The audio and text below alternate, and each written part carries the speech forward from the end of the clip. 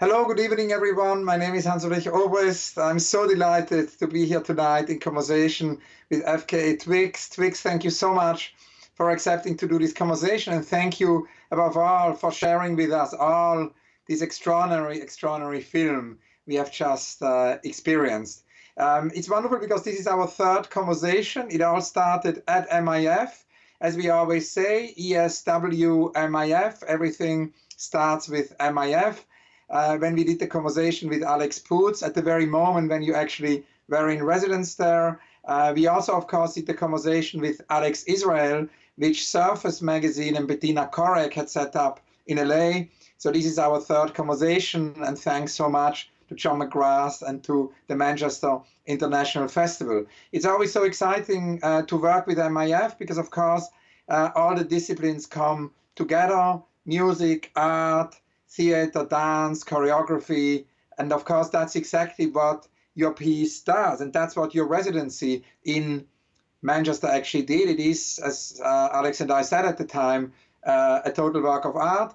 But before we talk about the residency and then the specific film we saw tonight, I wanted to ask you a little bit about your beginnings, because it all started actually with dance when, as an 8-year-old, you began dancing. Can you tell us a little bit about your beginnings and how you then came from dance to music and to video?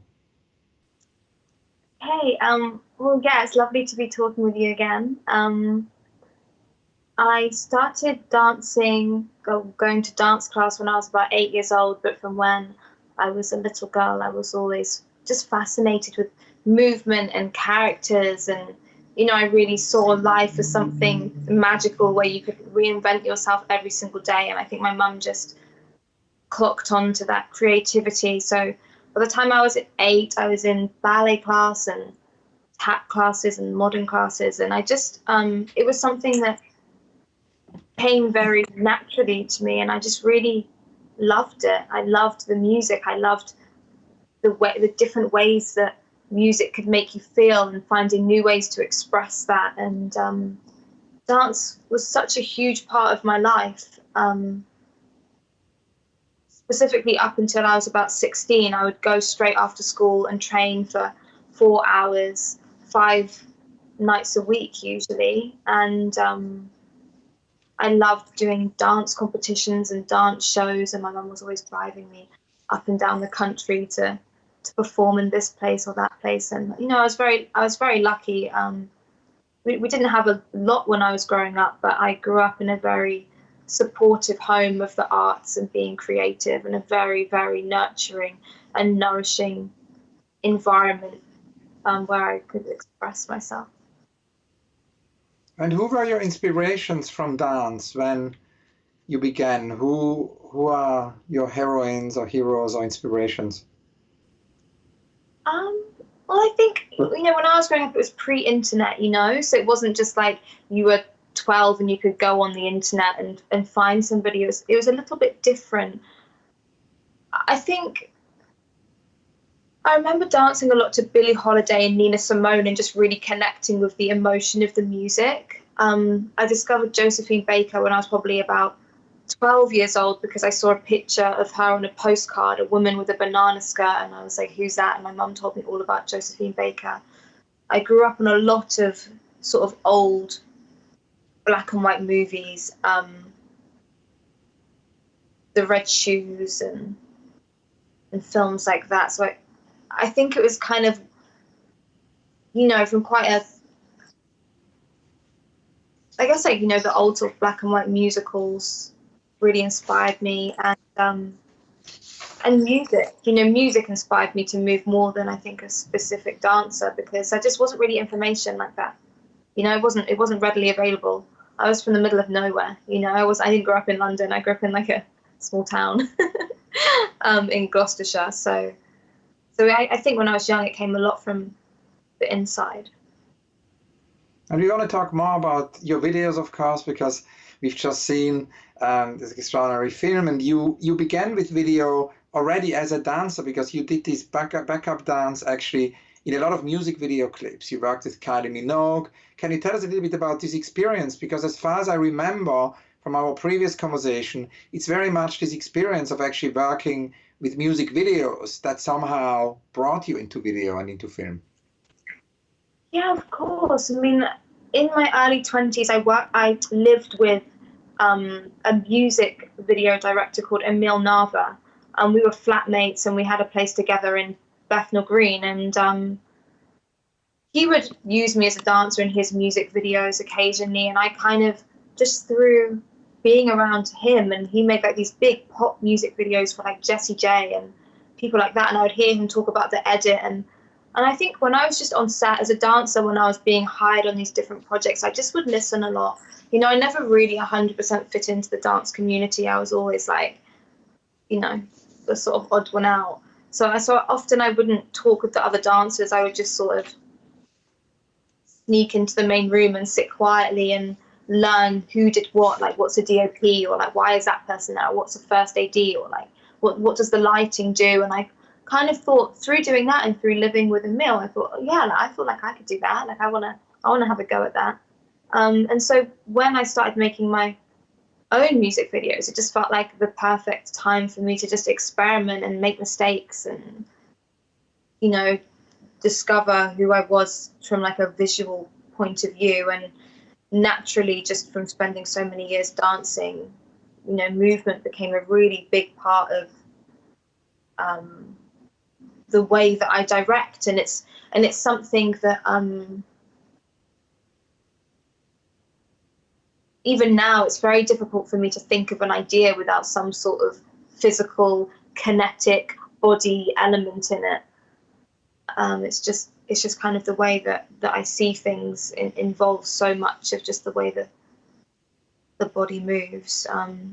Yeah.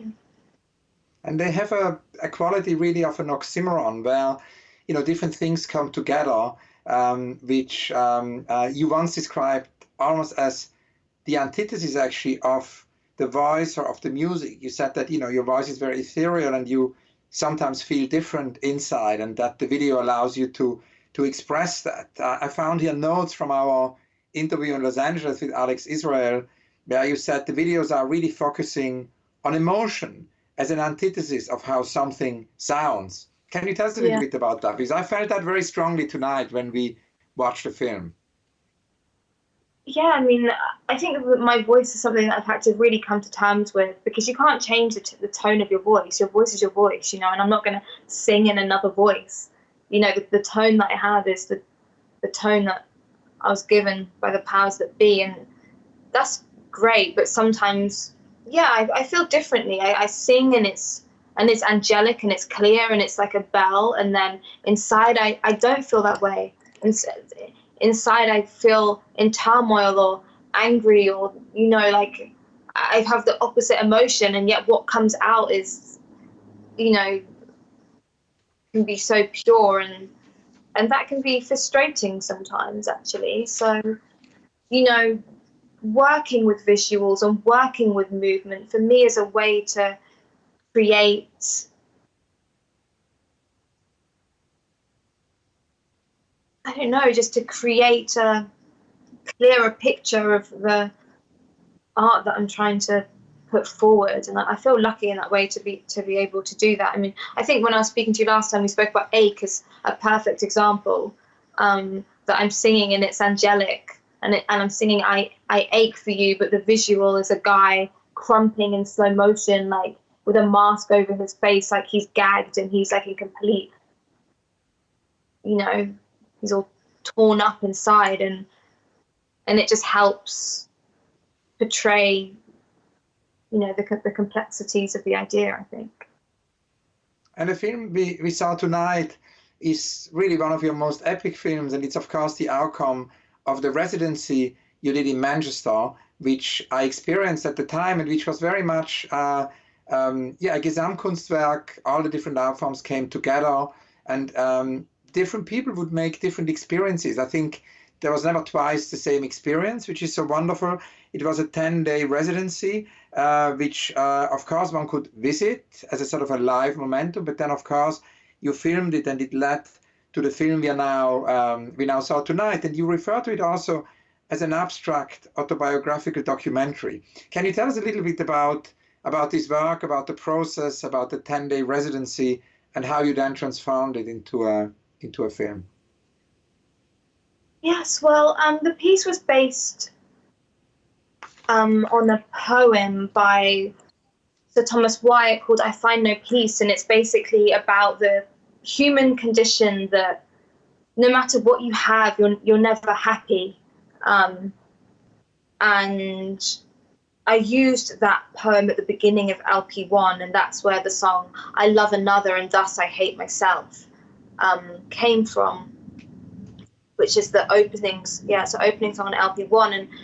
And I felt that the whole poem was so beautiful, and it kind of sat so perfectly with where I was at the time, just as in a conflict of never being happy and fighting for what I wanted and getting there and still feeling such a great intense emptiness. And I used like my work to explore those feelings, so I wanted to make a sort of dance autobiographical piece that in some ways explained the things that I had been going on in my life, whether it's through peer pressure or whether it was through, loving somebody, or whether it's through heartbreak or abandonment, and just the connections within my life, even things about my mother and my father and my relationship with my family.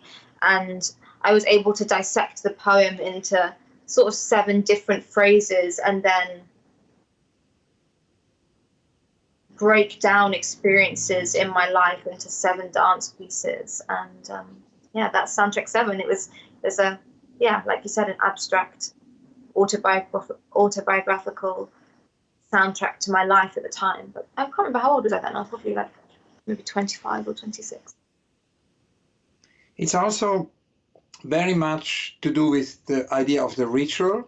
And my favorite film director, Andrei Tarkovsky, the Russian director, he always said, we need to reintroduce rituals into our societies. I think particularly in a moment like now, in a moment of crisis, rituals are very important. And there's a fascinating new book by the Korean-German philosopher Byung-Chul Chan. And it's a little book which is called About the Disappearance of Rituals, about the topology of the present. And he talks about this idea that, rituals are symbolic acts and they create a community without communication. And he said, we live in a world where we have a lot of communication, we have more and more communication, particularly during this lockdown, but sometimes a community bereft, a communication. Let me start that sentence again. So Byung-Chul Chan, in this little book about the disappearance of rituals, says that rituals are very important. And I think, particularly in a moment like now, in a moment of crisis, rituals are fundamental. It's a bit like what Tarkovsky, my favorite film director, said. We need to reintroduce rituals into our world. And rituals, as written in this book, basically create a community without communication. And today we often have the opposite. We have a lot of communication, we are surrounded by communication, but there is a certain lack of community. And particularly interesting is also this idea that rituals somehow can stabilize our life. Antoine de Saint-Exupéry says that rituals are to life what actually things are to space. And Hannah Arendt, she talks about actually the sort of persistence of things that actually rituals give a certain independence of the existence, that they can also continue, they can survive us. And they're always like, stabilizing quiet poles in life. Now, I wouldn't necessarily say that your rituals are quiet, but they're definitely rituals. Can you tell us a little bit about this importance of rituals, community? Yes, of course. I mean, it's really interesting. I have a similar philosophy, but my word for ritual is practice. And I always say that, like, if you have 2 people and they're in love, and it doesn't work out, I think it's not because the love wasn't deep. I think it's because there wasn't enough refinement. And refinement is practice, and practice is love, and love is refinement. And it kind of ties into what you were saying about rituals, this kind of quiet quiet, still moments that humans find for themselves to demonstrate just love of the sacred and respect for the sacred. And that practice and that ritual could be a dance, or it could be painting, or it could be something as simple as laying out a table beautifully before you eat. These quiet moments, these things that humans do, I guess, to just explore themselves, to explore the inside, and to find that connectivity in performing something precious. So it's interesting that you're saying this, because I believe deeply in ritual and deeply in practice, and yeah, even just that playing the piano for an hour a day to practice is a ritual, or reading a book is a ritual, and it's so important. And yeah, you're right. I've thought that as well.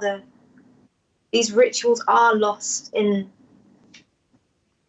society, and it's really sad. You know, we're on our phones a lot, and there's a lot of like technology, and there's a lot of distraction from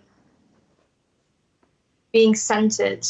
And yeah, it's when one is centered that I believe that there is a desire to perform those rituals, to have that practice, to create that refinement purely for yourself.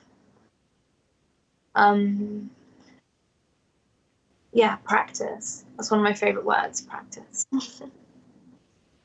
Also, during the lockdown over the last couple of weeks, we could see, and I saw you almost every day, we could see a lot of practice and ritual on your Instagram. Can you tell us a little bit about what you've been doing? It's been very fascinating to see your Instagram. Yeah.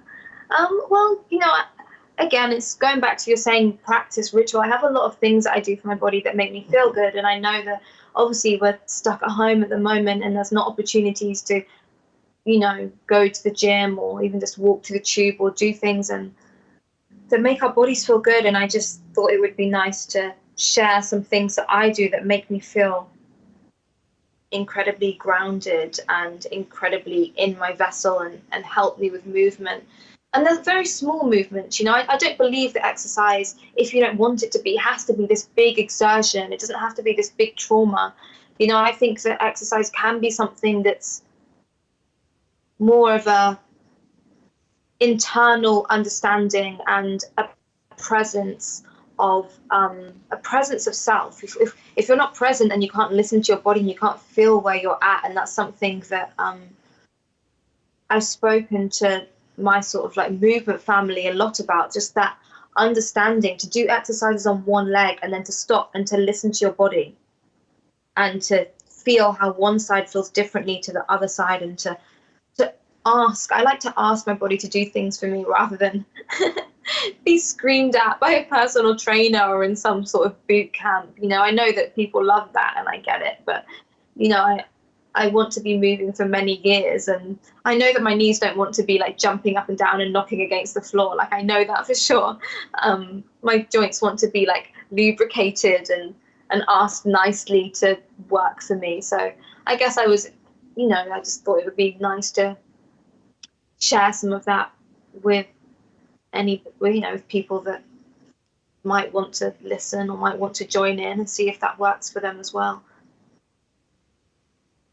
Now, you also had the idea initially, and we hope that we can do that in the next conversation, that actually Natalie Portman would join us. And of course, it's interesting, you know, thinking about her role as a ballerina in Black Swan. And I actually remember that we saw each other with Natalie in Los Angeles in 2016 at the event of the Los Angeles Dance Project. And of course, working with the choreographer and her partner, Benjamin Millepied, you know, Natalie Portman very strongly sort of showed also extreme moments of dance. It was not only the final result, it was the process. And you said something similar about the film we saw tonight. You talked about this idea, of course, that it's about flesh and sweat and muscle and feeling. It's extremely physical also. Can you tell us a little bit about that? And maybe also, what are your favorite moments in the film? I was very curious, what is your favorite moment in the film?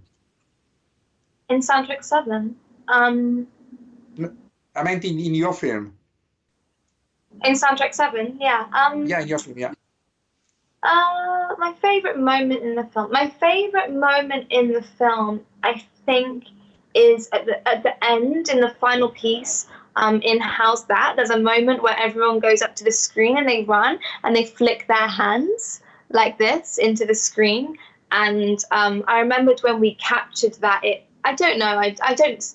Sometimes when you're shooting things, like things touch you, and that just touched me, just like a rush. It just felt like inviting the viewer to come closer or to join in a certain way.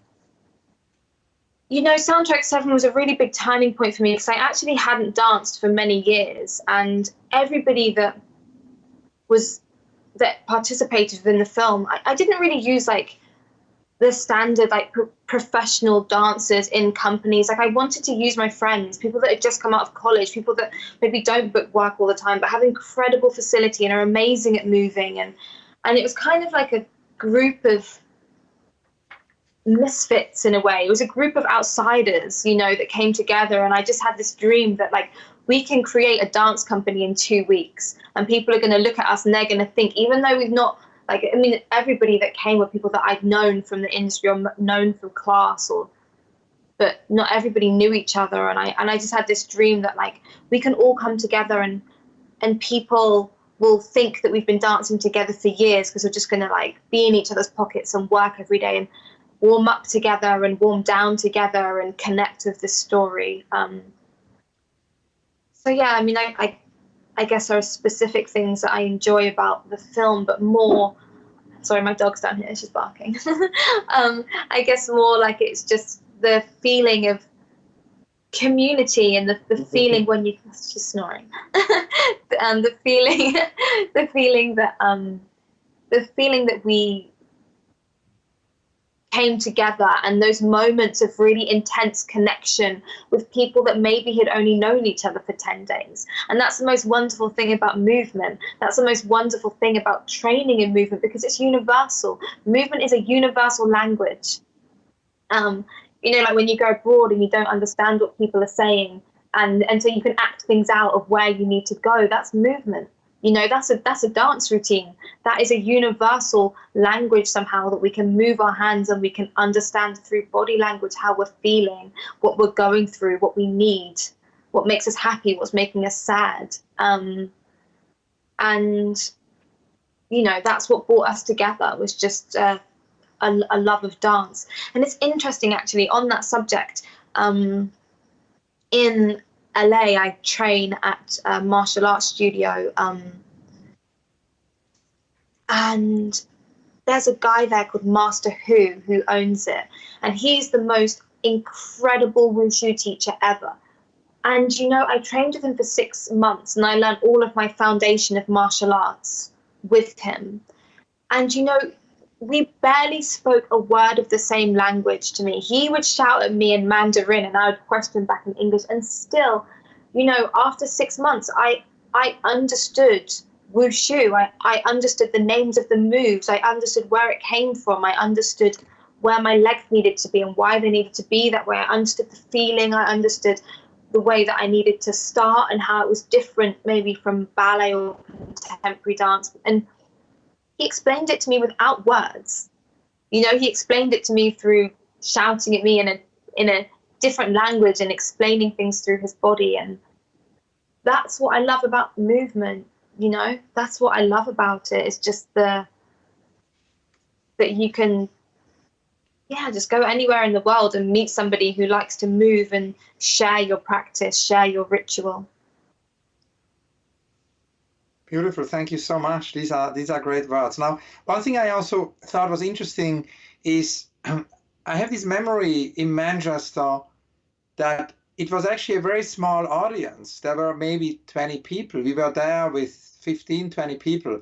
And, you know, I'm the artistic director of the Serpentine Galleries. And of course, like all museums, we're thinking at the moment about reopening, hopefully, you know, whenever it will be possible with social distancing, and how will actually museums have to change in order to function and work with social distancing. And I suppose a similar thing is of course true with live performance. And I thought it was kind of interesting because a lot of people talk about, maybe smaller audiences, social distancing. So I think it's kind of fascinating that you had this very small audience of only 20 people. Can you talk a little bit about that?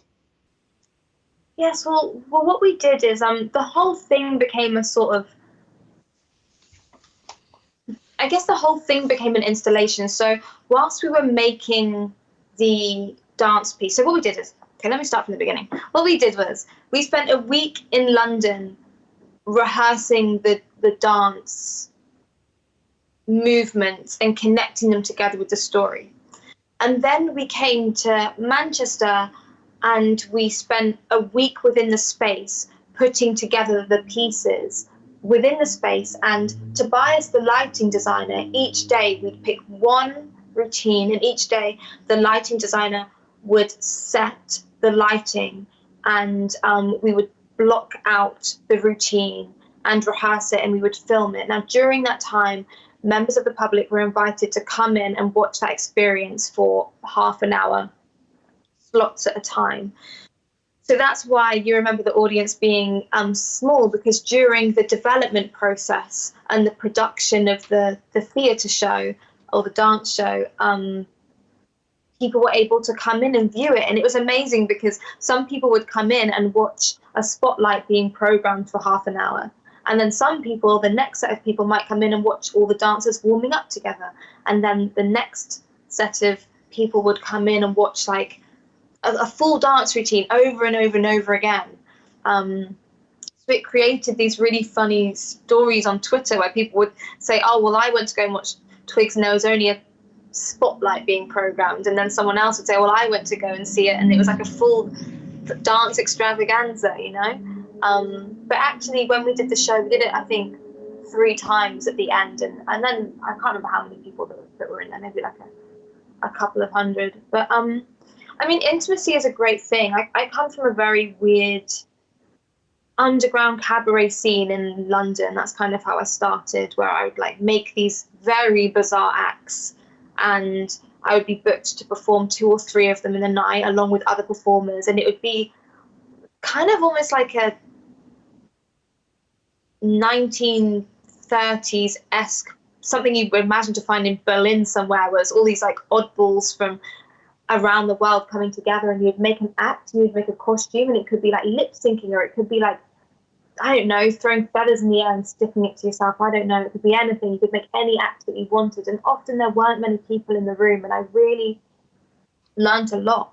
That really taught me so much, just being thrown into these very bizarre performance art environments where you don't know who's going to be there. Maybe people are eating and drinking, and it's a small working men's club or like a underground like performance art club somewhere. And the intimacy of something is really precious, and it almost takes more concentration than performing in front of tens and thousands of people. Like, I've often found myself at festivals where you can be performing in front of a whole sea, thousands, tens of thousands of people. You can't even see the back of the festival. It's just people for as far as you can gaze. And I've often found that is less nerve-wracking than performing in front of 2 people, or the moment that your mum says at Christmas, like, oh, go on, Talia, sing for your auntie. Do you know what I mean? Like, then I'll be like sweating and shaking because it's just like the intimacy of it. So, given the current circumstances, I think a lot of people are going to be forced to be incredibly creative, and performers will have to learn a new side of themselves, and that's incredible. I remember when I used to do cabaret, one of my acts is that I used to climb over tables. And I was so small, I've always been like quite like dainty. So I'd climb over tables and like kick off glasses and like sneak around the back of people's chairs and sit on people. And I really like developed this super confident, like Betty Boop, Jessica Rabbit-esque character that you never knew what I was going to do next. And that has given me a great foundation for performance on big stages. And I think it'll be cool. I think we'll all get to learn. We'll all get to learn in this new way how to capture the hearts of people on a smaller level, maybe without massive screens and pyrotechnics and all that stuff. Maybe we'll maybe the music industry will have to adapt, but that's okay. Humans are good at adapting. That's one thing we're good at doing.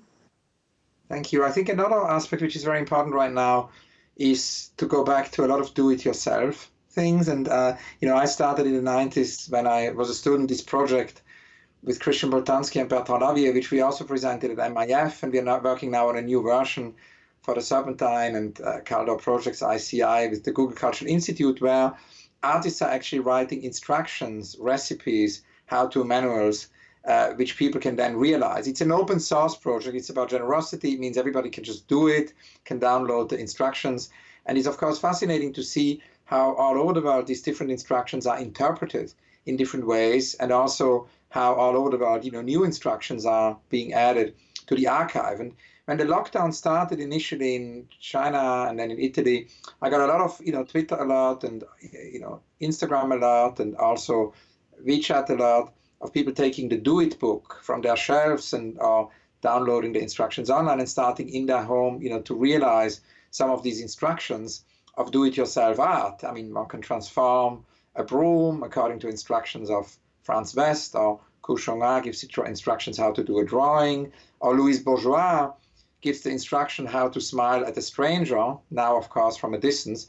And I was very fascinated to see your wonderful project actually with Dazed the other day, which is, besides your Instagram, the other kind of recent thing you have been doing. And it's actually not only a release in Dazed, but it's also the 7th issue of your magazine, of Avant Garden, and it's called Beauty of the Discarded. And it connects not only the do-it-yourself to now, but it also addresses another super important theme of our time, which is, of course, ecology. We live in the age of mass extinction, and it's so important to think about recycling. It's so important to think about sustainability, about lots of ideas you have in this project. And it has to do with masks where you got rubbish donations from friends. Can you tell us a little bit about this? And that's very often, I think, it's a very collaborative, as often you work in a very collaborative way. Yeah, let's talk about these face masks and the rubbish donations. Hey, so I've been fascinated with Lyle Rayner's work for so long. Lyle's an incredible artist who takes things that people discard on the street or put in their rubbish bins, and he creates work on himself in a way that I'd never quite seen before. And he becomes these different characters, and then he'll shoot himself on like film or, different ways, kind of embodying this creature that he had become. And he doesn't often do it, if at all, on other people. So I was extremely honored when I asked him if he wanted to be involved in Avant Garden. He said, yeah, like he'd like to kind of create on me and use my face as his template. And so I asked like a lot of my friends for rubbish. I asked Courtney Love, I asked Benny Blanco, I asked Ed Marler, Claire Barrow, some of my favorite artists and friends, to see if I could like go through their bins and find scraps of fabric and weird things that they'd eaten or thrown away. And I presented them to Lyle, and yeah, he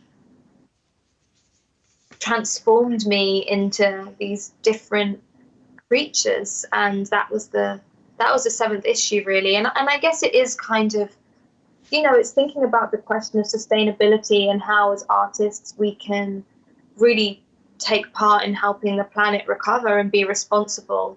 But also the beautiful thing about it was actually, because it was the last project that I did before the lockdown, the beautiful thing about it was then when we put the work out, we asked people to take part at home and create their own create their own take, like have their own take on what we've done and use their rubbish to create something beautiful. And it was just really a way of feeling connected and, still collaborating, even though we're all locked off from each other at the moment. It was a real moment that, we are still here working together and we can still be inspired by each other. And it kind of, to me, I felt like we were creating felt like a club night or something where people could go and like dress up. I like the idea that it would just be like a Sunday and somebody would be like applying the most amount of makeup and glue to their face and glitter and bottles and whatever they had to find, you know. It's just kind of that thing, ritual now, practice, keeping yourself busy, keeping yourself creative. And Avant Garden this time ended up being an incredible vessel for that. Itelannan, the poet and artist, says identity is shifty, identity is a choice, and that's something also very present in your work. And this work is about lots of different identities, lots of different characters. I saw a pirate character. There is a Hamlet look. Can you tell us a little bit about these different looks in this amazing project? Of course, I mean, the wonderful thing about Lal is I never really knew what I was going to be. I would start off with like a bag on my head and then some string and then, you know, some net somewhere, and I'd kind of be looking a bit in the mirror and I could never quite understand what it was. And using the Hamlet novel as an example, you know, he had all these cones and I had to be incredibly still, and, you know, it was quite a sort of, I felt like I almost had to go into quite a meditative state, because each look did take a very long time, and it's quite exhausting having somebody almost like touching. And Lal's very delicate, but even so, like, it's exhausting having someone like touch your face and be that close to you. And I never knew really what I was going to be. And then I would look at myself in the mirror and he would add the final cone, and I'd think, well, of course, I'm like a tragic scene from a Shakespearean novel. How did I not see that? You know, a Shakespearean play, how did I not see that? And it was incredible to be given the opportunity to portray that in a photograph as well. And I didn't know how I was going to feel, but genuinely, like, you know, when Lal would put the last piece on my face and I would see that I was like, all of a sudden, like, I felt curious, or I was like impish, or I felt angry, or, you know, the emotion would come through in what he created on me, and I you know, I felt it, and I was able to portray that in the photographs. And yeah, it's funny, isn't it? Just like you said, what was the quote that you said about people change? Itelatnan says, the poet and artist Itelatnan says, identity is shifty, identity is a choice. Yeah, exactly. That's what it was like. It was yeah, that's beautiful. That's a beautiful quote. With Magdalene, you told me once in a conversation that you, of course, you know, embody character, and that happened very strongly with Magdalene, because you magnify a part of yourself. And when you did that with Magdalene, it was almost suffocating. Can you tell us a little bit about this extraordinary role, really, of Magdalene, this extraordinary persona, and the perception you wanted to change also? You wanted to change the perception of Mary Magdalene in the world. It would be great to hear more about that, because you also said before that something really changed in your work through that piece. Yeah, of course. I mean, I don't know. It's hard to even think back. I just know that, like, I felt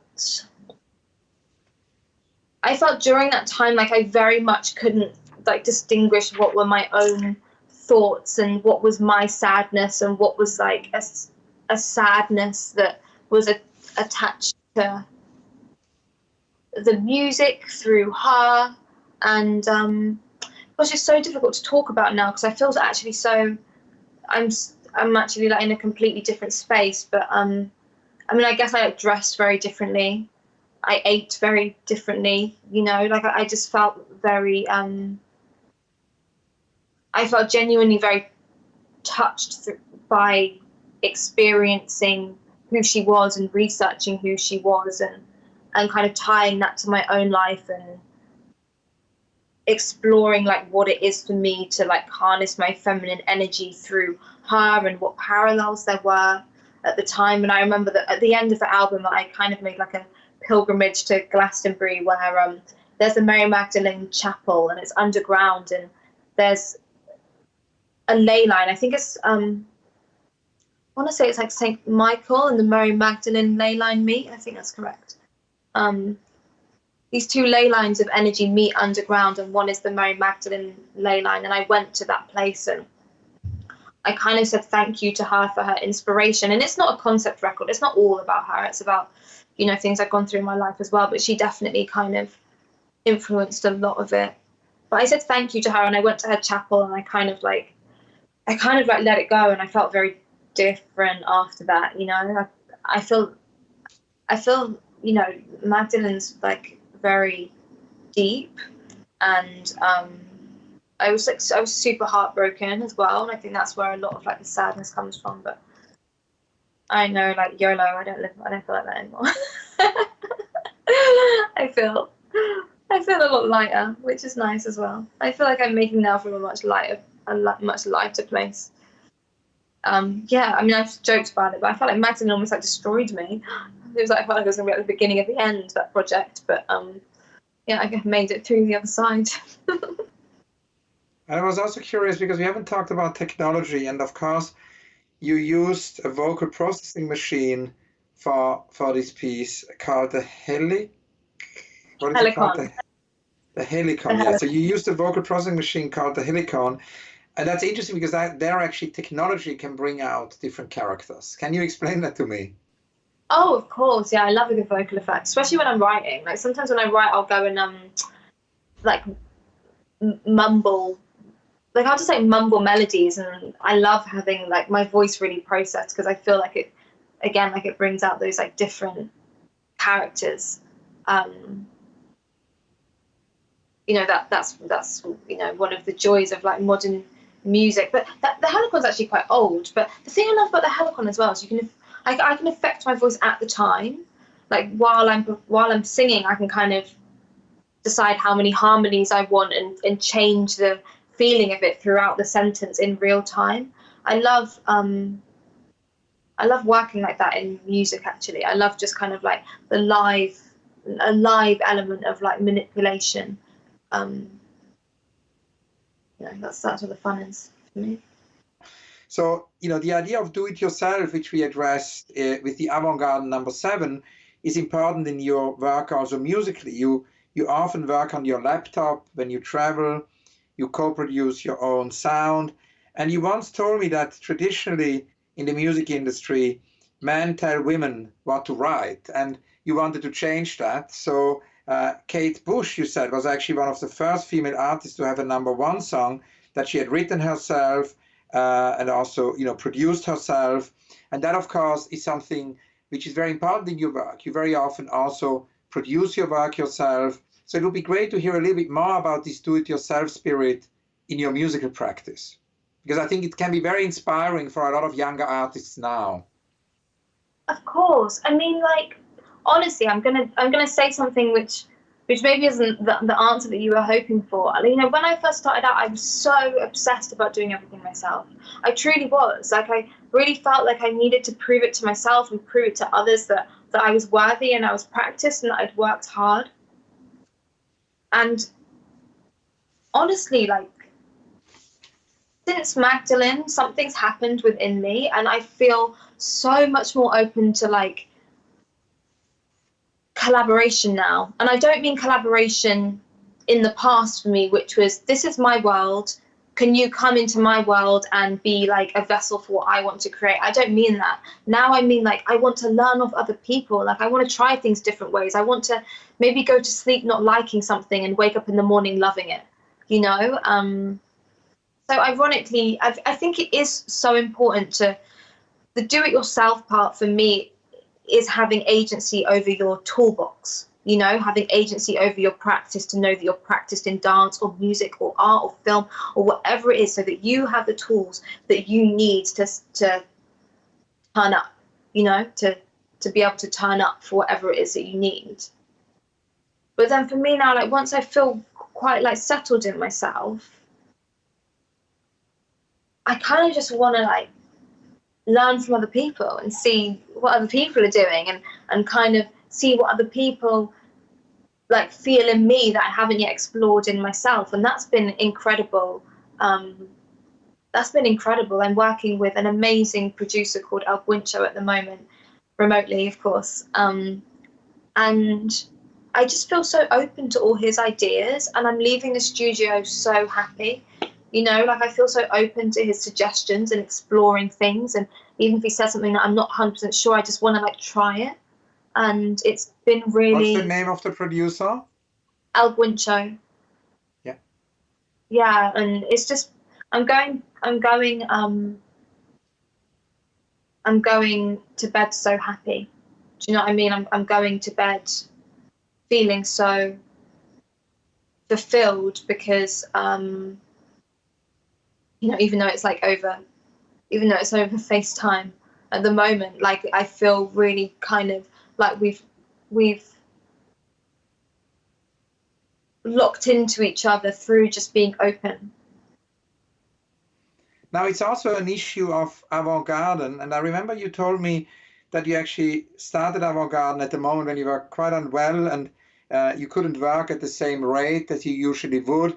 And it's a project which outlived this period and of course now continues and is an incredible project. It's in that sense a kind of an artist-run platform. It's also your joy of collaborating because you very often bring in other people into your work. You do this also musically, but you do it, of course, on all levels. Can you tell us a little bit more about Avant Garden? Because this is the 7th issue. There have been 6 previous issues. It'd be great to hear more.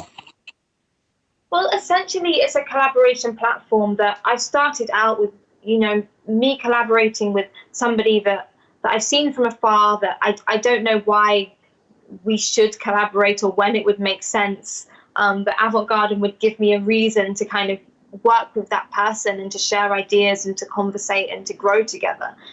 So it started out as that, and it's always been a collaborative platform. My dream is eventually it's not about me collaborating with somebody else, and it's about 2 artists collaborating separately from myself with each other.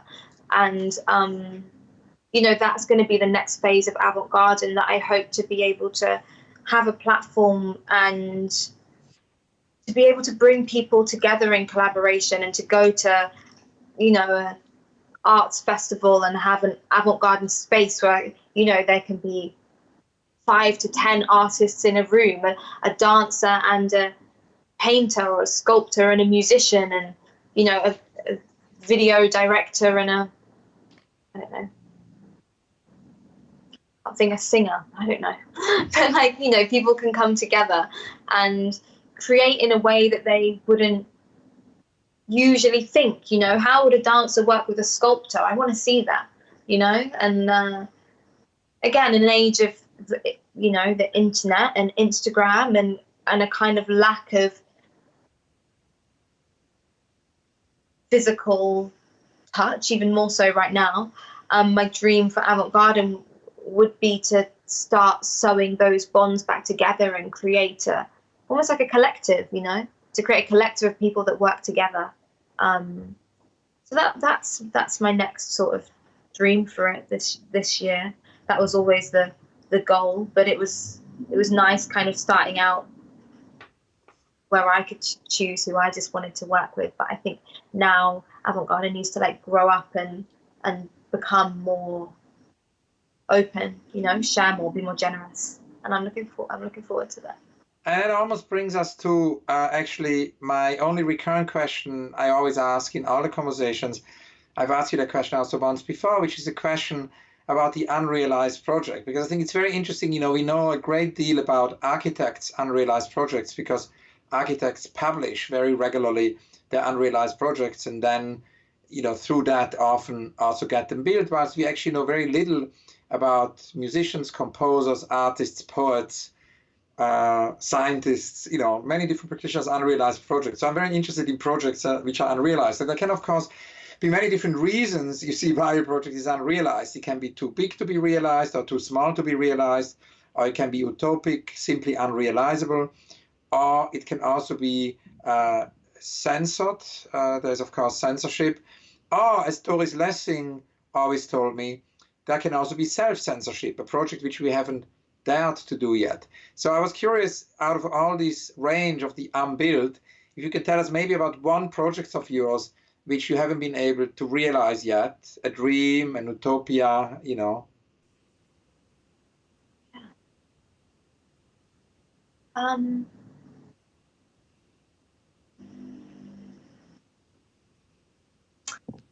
something that I tried to do and it didn't make it into the world. Exactly. I once made a project for a brand that I was the creative director of and I was directing.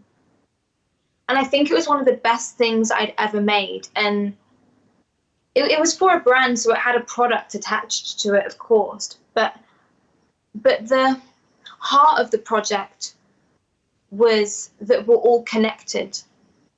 And it was beautiful. And it was just before the world woke up. You know, the last few years, the world has really woken up to be accepting of each other and different sexualities and races and religions. But it was just before. It was just before that really kind of like blossomed. And in this piece of work, there were all different types of people of all different like preferences and sexualities and different parts of the world and different movement and sport backgrounds. And it was basically explaining how each movement that we do is connected in a certain way, how voguing could be connected to basketball, could be connected to classical dance, could be connected to tennis, you know, just how each small movement, like we're all the same, you know, we all have the same like anatomy and how we're all connected. And it was really wonderful. And I remember I showed it to my mum when I was editing it, and I met my mum in town and she came to the editing suite before we went off, and my mum watched it and she just burst into tears because she was like, nothing like this has ever been made, like really giving a platform to everybody, like every single person is seen here. And yeah, you know, it was just too ahead of its time, I guess, and the brand didn't feel like it was right, and it was daring and it was dangerous, and it was beautiful and it was bold and confident, and the piece of work got axed, and it was heartbreaking. It was heartbreaking because literally within the next 4 months something happened in the like connective tissue of the world, and everything changed. I don't know if you remember that change. There was a moment of change in the world where all of a sudden, yeah, definitely a very massive change. Yeah, there was a massive change. It was about kind of like 4 months before that, and since then there's been a million adverts and brand pieces that are very similar, I guess, to what I made. But at the time, like it was just that little. It was just like 6 months too early, you know. And it was really heartbreaking. And I remember, like, then the world suddenly changed, and I didn't know that the world was going to change. Like I didn't suspect that we were going to have a big sort of like awakening, I guess you could call it, or it was going to begin. At least I didn't sense that was going to happen consciously, but I think maybe in my soul I knew that it was time for things to be different. And you know, the people at the top didn't like it, and that's fine. But it was great. And I remember when it got axed, there were just so many messages from the people that worked at the company that were like, this is the best thing we've ever done. Like, I loved working on this so much. I'm heartbroken. Like, there were people crying because it wasn't going to come out. And, you know, I took it on the chin, and it was really difficult. It was difficult because I really poured like the whole of my soul into it.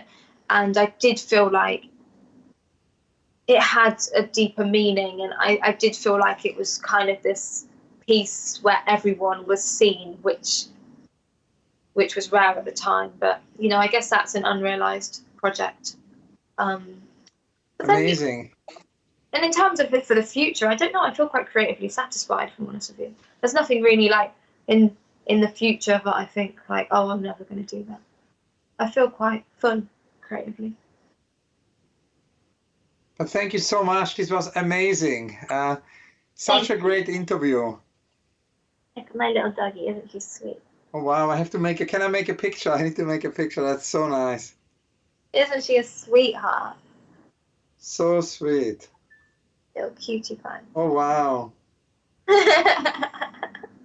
That's amazing. She's just trying to sleep. I want to cuddle her. So amazing. It's so lovely talking to you, Hans. It was so I'm sorry about all magical. the technology. I'm so sorry about all the grateful. technology. To be continued. Thank you so much. All right, take care. I'll speak to you soon. Lots of love. Thank you. Bye. Bye. Bye. Bye. Bye.